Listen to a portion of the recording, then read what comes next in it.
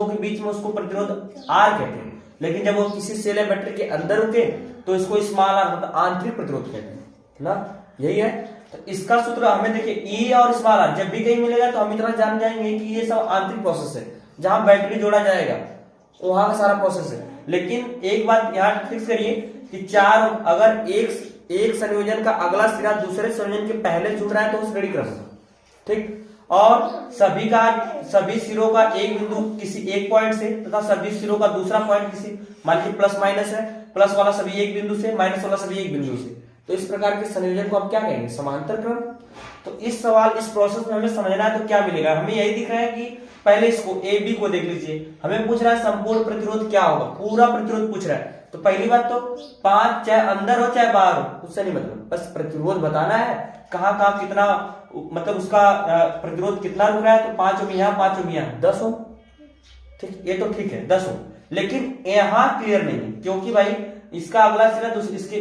पहले से जुड़ा ना, चाहे अंदर हो चाहे बाहर, आज संपूर्ण प्रतिरोध तभी मिलता है जब हम किसी सेल के आंतरिक प्रतिरोध और बाह्य प्रतिरोध पूरा प्रतिरोध ऐड करते हैं, तब जाके हमें संपूर्ण प्रतिरोध मिलता है। लेकिन ए और बी के पॉइंट के बीच में अगर हमें प्रतिरोध फाइंड करना है तो कैसे करें, पहले 4 और 5 हम किस क्रम में दिखाई दे रहे हैं आपको, श्रेणी क्रम में। तो जब 4 और 5 जब श्रेणी क्रम में है तो 4 और 5 श्रेणी क्रम का सूत्र क्या होता है, आर बराबर, जब इनको हम सॉल्व करेंगे तो आर बराबर होता है यहाँ 4 ओम 5 ओम किस क्रम में है, श्रेणी क्रम में। तो श्रेणी क्रम का सूत्र होता है R बराबर R1 R2, मतलब यहां से हो जाएगा 4 प्लस 5 4 ओम प्लस 5 ओम बराबर 9 ओम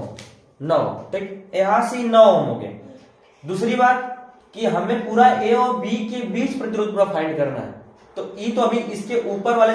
जो मतलब ये पॉइंट जो धारा की इसमें है, मतलब यह क्रम पूरा और यह क्रम एक दूसरे के क्या है, समांतर क्रम संयोजन में, क्योंकि यहाँ से धारा एक कंडीशन उधर डिवाइड हुई, एक कंडीशन नीचे जा रही है, दो शर्त का पालन कर रही है। तो यहाँ से 9 ओम और 9 ओम किस क्रम में होगा, समांतर क्रम। तो क्या कहेंगे, पुनः 9 ओम किस क्रम में है, समांतर क्रम में। तो समांतर क्रम से क्या हो जाएगा, समांतर क्रम से होता है सूत्र हम जानते हैं 1/r, r डैश कर लीजिए कोई दिक्कत नहीं, 1/r1 1/r2 डैश कर लीजिए, कोई के अलग अलग है, ठीक ना। चलिए 1/9 ई, इसका प्रतिरोध पूरा कितना है 9 आया, 1/9 प्लस 1/9 यहां से करेंगे तो 2/9, और जब हम r निकालेंगे तो भैया जब 2/9 1/r, जब r यहां से ऊपर जाएगा तो है 9 भी ऊपर जाएगा, 2 नीचे आएगा, तो यहाँ से r बराबर हो जाएगा, r गया ऊपर 1 आया नीचे, 9 गया ऊपर 2 आया नीचे, यहाँ से आएगा 2 चौको 8 4.5 ओम ना, प्रतिरोध का मात्रक ओम। अब यहाँ से हमने इसके a और b के बीच हमने प्रतिरोध को निकाल लिया, इसके बीच प्रतिरोध कितना है 4.5 ओम, मतलब इस पूरे a और b के बीच परिपथ में संपूर्ण a और b केवल ओनली a और b के बीच में संपूर्ण प्रतिरोध कितना आया 4.5। इसको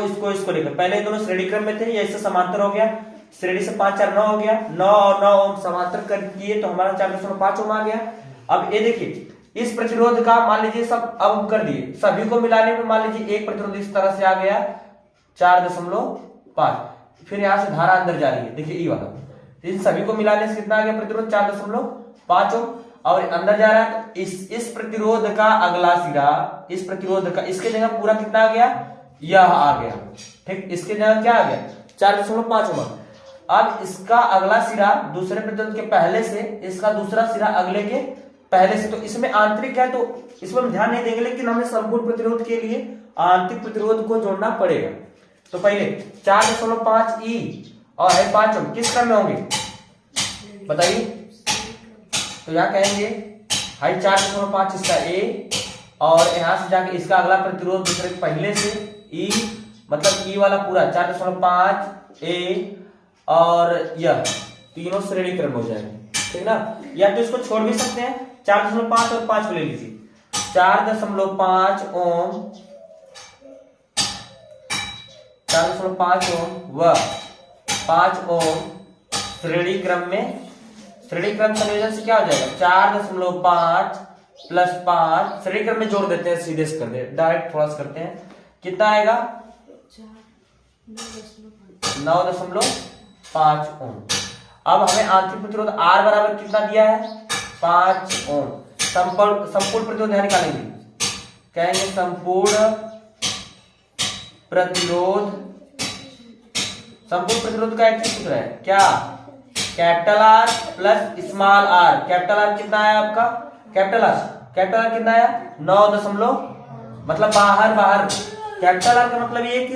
ये भी प्रतिरोध है, R का मतलब ये प्रतिरोध, लेकिन यह आंतरिक है या बाह्य प्रतिरोध, दोनों को जोड़ेंगे तब जाके आएगा कितना हमारा संपूर्ण प्रतिरोध आएगा। तो ये आया 9.5 और यह 5, कितना आ जाएगा 14.5 ओम। यह आपका आंसर हो जाएगा। लेकिन प्रतिरोध तो निकाल लिए, अब हमें क्या दूसरा, पहला हमारा प्रोसेस निकल गया पहला ना, संपूर्ण प्रतिरोध हम इस प्रकार निकाल सकते हैं। अब हमें क्या पूछ रहा है, परिपथ में धारा के लिए आपको सूत्र बताया गया था, सेल का आंतरिक प्रतिरोध, यह सूत्र था इसका, क्या था I बराबर E बटे कैपिटल R मतलब संपूर्ण प्रतिरोध। बताया गया सेल का आंतरिक प्रतिरोध, आप अच्छे से पढ़े हैं। इसमें E का मान कितना है, E का मान यहाँ दिया है, आप जानते हैं कि E वोल्टता तो है, विभव तो है, लेकिन सेल के आंतरिक भाग में, बैटरी के आंतरिक भाग, सेल बैटरी में कई टर्मिनल, बैटरी 2 टर्मिनल सेल ना, इससे ज्यादा तो प्रत्यावर्ती टर्मिनल, ठीक है ना, प्रत्यावर्ती धारा बोल सकते हैं। तो E का मान यहाँ क्या हो जाएगा 29। अभी इसका दोनों का मान अभी निकाले संपूर्ण कितना 14 दूना 28 और 0.5 1 28 से 14 दूना 28 होता है कि नहीं, और 0.5 का दूना करेंगे तो एक आएगा 28 से 29, मतलब इससे पूरा 2 बार में क्या हो जाएगा यार, कट जाएगा। 2 एम्पियर की धारा आ गई इसमें। दूसरा भी हम फाइंड कर चुके। तीसरा क्या बोल रहा है, ए बी के बीच, तो जिसको लेगा उसी हमें ए और बी के बीच विभवांतर बताना है। तीसरा प्रोसेस हमें विभवांतर का सूत्र होता है I इंटू आर। ओम का नियम जानते हैं, जब किसी चालक तार की भौतिक अवस्था में परिवर्तन न किया जाए तो क्या होता है I बराबर मतलब V बराबर, यह चीज लिखो V बराबर I इंटू आर, तो R निकालोगे तो क्या होगा V बटे I। ओम का नियम यही है ना, यह नियतांक होता है, और इसी नियतांक को हम क्या, जब चालक तार की भौतिक अवस्था में परिवर्तन न किया जाए तो उसमें उसके 2 बिंदुओं के बीच में विभवांतर हो और उसमें बहने वाली धारा का प्रवाह, दोनों का अनुपात क्या होता है, एक नियतांक होता है, और इसे कैपिटल R कहते हैं, जिसे हम ओम का नियम कहते हैं। ठीक यही है ना, ओम का नियम यही, जब चालक तार की भौतिक अवस्था में परिवर्तन न किया जाए ना तो उसके विभवांतर और धारा, ठीक, दोनों का अनुपात क्या नियत होता है, इसको ही क्या कहते हैं, ओम का नियम कहते हैं, या उसी को प्रतिरोध कहते हैं। ठीक ना, तो यहाँ से हम ओम का ही नियम से इसको लाए, ये ओम का नियम, इसे अपना क्रॉस मल्टीपल करके इसको लाए, तो I बराबर हमें क्या मिला, 2 एम्पियर मिला। अब हमें R चाहिए, R अलग होगा, A और B के बीच विभवांतर, मतलब हमें प्रतिरोध क्या है, अभी हम A और B की निकाले थे आपको पहले ही कंडीशन में, पूरे इस डायग्राम में जब मिलाया था आपस में ऐसे पूरे को, तो कितना आया था उससे 4.5 आया था कि नहीं, क्योंकि यह इस श्रेणी क्रम में था, इससे समांतर किए तो हमें आया कितना 4.5, 4.5 यहाँ कर देंगे 4.5, 45 दूना 90, लेकिन एक अंक बाद दशमलव लगेगा, यह आ जाएगा इतना वोल्ट।